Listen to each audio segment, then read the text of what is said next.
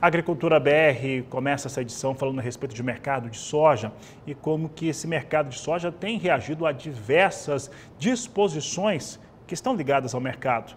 Entre elas, os fatores de geopolítica, que trouxeram um aumento dos conflitos, principalmente no Oriente Médio.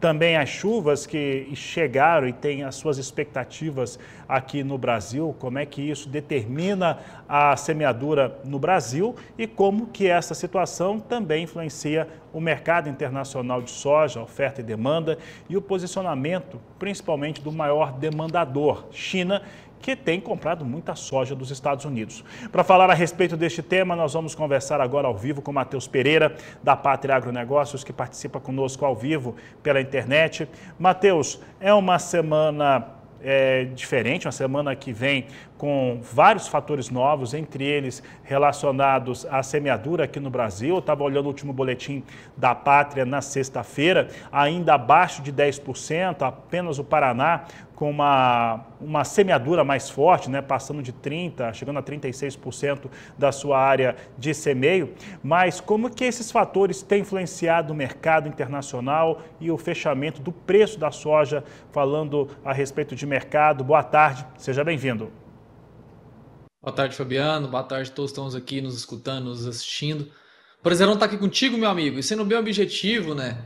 Mesmo o Paraná, né, Fabiano, que tem esse avanço um pouco mais agressivo em relação aos demais estados produtores do nosso país, do nosso Brasil, ainda o território paranaense, né? Ele segue ainda sob atraso em relação às safras anteriores, né? O cenário hoje de safra no Brasil é de uma safra já com o início um pouco problematizado por essa falta de chuvas, né? Que só agora, nessa segunda quinzena de outubro, né, começam a criar uma regularidade de distribuição, Fabiano. Então é algo sim que o mercado tenta, né, entender o que faz de efeito prático, né, na evolução da produtividade esperada para o nosso país, né? Nós sabemos, né, Fabiano, que existem sim algumas variedades no noroeste do estado do Paraná, no sul do Mato Grosso do Sul, em São Paulo, partes do noroeste do Mato Grosso e todo o estado da Rondônia, que são regiões onde já existem, né, variedades de soja que foram, né, adaptadas, né, e geneticamente, enfim, evoluídas, assim dizendo, né, para se adaptarem a um plantio mais prévio, né. Então, esses atrasos para essas culturas, essas variedades de soja específicas, né, já começam a limitar, né, um potencial produtivo devido ao deslocamento do calendário fotossintético.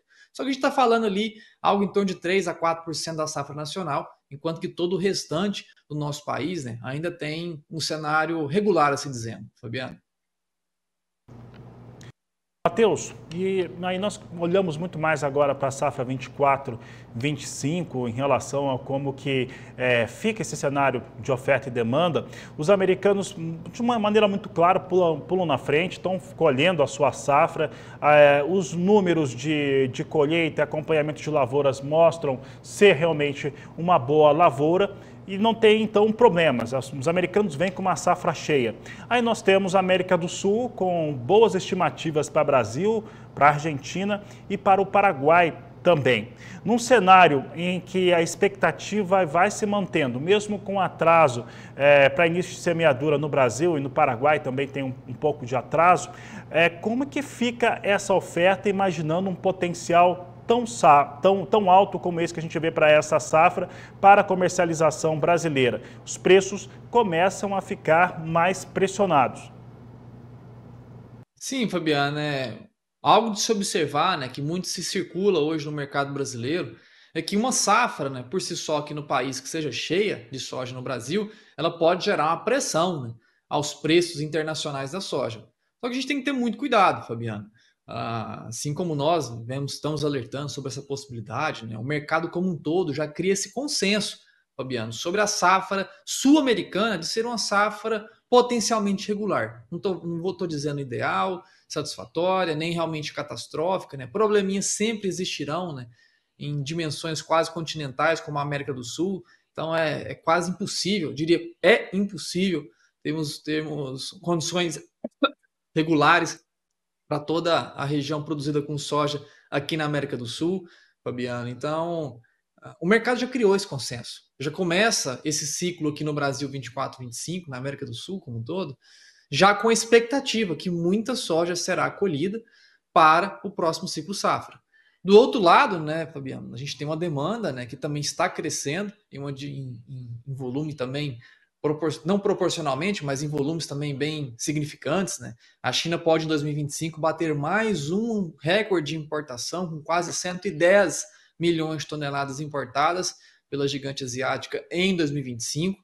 Para isso acontecer, tem que ter produto sobrando, diferente do que vivemos em 2024, onde há escassez e a China limita as novas compras por a dificuldade da originação do produto aqui no Brasil, Fabiano. Então, o mercado já criou esse pré-consenso, tá, de que a safra sul-americana é uma safra cheia. O que mais põe de peso de preocupação para o Brasil, Fabiano, são os nossos prêmios de exportação, aonde no preço internacional a gente vê uma soja equilibrada, em especial em Chicago, próximo a esses $10 por bushel, porém os prêmios de exportação devem ser ali o nosso ponto de gargalo para 2025, né? Pois pouca soja foi comercializada a futuro. Se tivermos realmente uma safra regular, é muita soja para atravessar um funil logístico no Brasil, ainda, né, problematizado e concentrado grande parte dele, né, nas vias rodoviárias, Fabiano. Então, o ponto de preocupação da pátria para 2025 são os prêmios, né, ou bases, assim dizendo, de exportação, que poderão se tornar descontos agressivos, né, no decorrer da colheita lá de fevereiro em diante, Fabiano. Então, de certo modo, você também tem uma preocupação com o fator logístico no Brasil, que sempre é um grande desafio, e os investimentos que existem, eles são muito menores do que o tamanho do negócio chamado agricultura, do negócio chamado soja. Então, eu vou estender um pouco essa pergunta, porque em uma safra, considerando o potencial dela, que ela convenha a confirmar, a China, por uma estratégia de mercado, ela pode elevar os seus estoques, aqueles estoques de passagem chineses, que ela costuma ali ter um número entre 26, 30, de acordo com o Departamento de Agricultura americano. Esses estoques chineses, até aproveitando um preço mais baixo, eles podem ficar mais altos e, com isso, as consequências de uma safra global mais cheia, ele ser ressentido por outras safras à frente, 25, 26, 26, 27, por exemplo? Fabiano, essa sim é uma boa pergunta, né? De entender se os chineses poderão acumular mais soja durante uma depressão do mercado temporário aqui no Brasil. E sim, é possível, né, Fabiano? A gente vê a estrutura logística chinesa, é uma estrutura que ela avança, evolui anualmente, né? A gente tem um governo mais chinês, né? Muito mais focado em elevar a estrutura interna, né?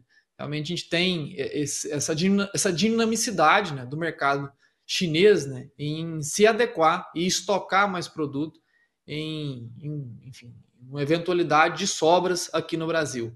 O grande problema, né, Fabiano, que talvez muitas das vezes é deixado de ser colocado na conversa, é que a grande preferência de consumo de grãos dentro da China é o próprio milho, ainda mais o milho produzido dentro do próprio país. Uma vez que os estoques totais, né, da soja chinesa dentro do território chinês circula em torno das 20 a 30 milhões de toneladas, a gente tem estoques de milho no território chinês de 5 a 10 vezes maiores, né, do que os estoques da oleaginosa, Fabiano.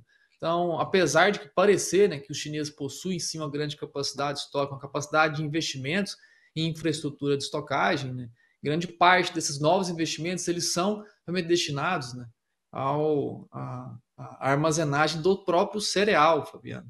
Então, a gente vê assim que a China percebendo o Brasil, né, produzindo mais, deixando mais sobras de soja, deverá aproveitar, acelerar as compras para 2025, inegavelmente, pode sim gerar, né, a longo prazo, uma aquietação, assim dizendo, né, das novas evoluções de importação. Só que na percepção da pátria, Fabiano, tratando de tendências de longo prazo, 5, 10, 15, 20 anos, a gente vê ainda a China com potencial de crescimento médio de 5 a 7% ao ano na importação de soja aqui das Américas, né? Então, apesar de temporariamente os chineses usar como recurso comercial natural, é o jogo sendo jogado, de estocar durante preços baixos, né? Assim como qualquer outro comerciante faria, né? Nós também faríamos isso, né? Se a gente perceber que algum insumo vai passar por uma depreciação, a gente espera para comprar, ou vice-versa, a gente vê que esse insumo vai sofrer uma elevação, a gente compra agora e dá uma estocada para se precaver de uma eventual alta. Os chineses também jogam o jogo como nós jogamos. Então é possível sim, Fabiano, que no curto prazo, 25, 26, os chineses possam estocar uma soja, possa, né, criar estoques mais elevados de soja para se precaver de um eventual quebra ou, enfim, algum problema para a safra 25 e 26 que pode chegar a vir no radar eventualmente, né, Fabiano? Mas sempre que lembrar, no longo prazo, os chineses devem sim manter esse fluxo de crescimento acelerado do consumo da soja importada das Américas. Matheus, hoje, nessa última madrugada, nós tivemos a Administração Geral de Alfândegas da China divulgando números em relação às importações do mês de setembro. Importações generalizadas de carne, de milho, de trigo e soja. No caso da soja, foram 11.370.000 toneladas importadas em setembro. Isso leva um número de quase 60% de alta frente a setembro do ano passado. E de acordo com os chineses, os números chineses, eles importaram de janeiro a setembro 81.850.000 toneladas. Há pouco você falou a respeito do potencial de elevação de importação da China nos próximos anos, entre 5% e 6%. Esse potencial, quando a gente olha para a oferta brasileira, principalmente, que é onde a gente enxerga uma maior expansão de soja sendo produzida no mundo, ela vem em um ritmo um pouco mais, ou vinha, num ritmo mais acelerado. Nós podemos ver ali um equilíbrio maior em relação ao que é ofertado e o que pode ser demandado, já que a China é disparado o principal destino da oleaginosa no mundo? Fabiano, excelente colocação. E sim, a gente acredita, né, que o mercado deve se reequilibrar mais uma vez. E os preços, eles são os principais responsáveis por isso, né? A gente vê que tivemos aí 2, 3 anos atrás, né, quando as margens estavam muito satisfatórias, muito saudáveis na atividade agrícola, né? A gente viu expansão muito agressiva da área de soja total no Brasil, né? Que a área foi semeada, agora as produtividades foram realmente um grande gargalo, né? Diante de susceptíveis El-ninhos que vivem, laninhas, né, virando El-ninhos na safra passada. Então foram fenômenos climáticos que interferiram não a construção e expansão diária, que veio sofrendo elevações ano após ano, mas sim na construção da produtividade. Então, apesar de áreas muito grandes ao longo desses últimos 3, 4 anos, incentivadas por essas margens mais saudáveis, né, que estimulavam realmente a abertura de novas áreas, as produtividades não foram tão adequadas, assim dizendo. Por isso que sempre a gente tinha, né, ofertas mais restritas aqui em território brasileiro. O ciclo safra 24-25, o atual ciclo safra, Fabiano, se desenvolvendo com pequena expansão diária, a menor dos últimos 8 anos, né? Temos ali uma expansão diária muito pequena, desestimulada, especialmente, Fabiano, por conta das margens muito apertadas ou até negativas em alguns casos específicos, né? A gente tem agora as produtividades, né, devendo a retomar patamares um pouco mais adequados.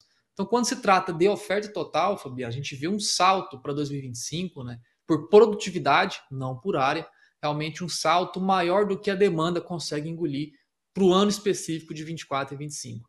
Porém que, mais uma vez, no longo prazo, essas altas, né, de área total no Brasil são mais comedidas, margens mais apertadas, desestimulam o produtor rural na base realmente a avançar, estimular, investir na própria atividade, voltando a ter equilíbrio, mais uma vez, aí no longo prazo, Fabiano. Então, acreditamos sim no equilíbrio no mercado 25-26, no 26 no 27, só que estamos com bastante receio, Fabiano, desse exato ciclo 24-25, em especial por um excedente de produto a ser comercializado dentro do Brasil, que pode pesar com muita intensidade sobre os prêmios de exportação aqui no nosso país, Fabiano.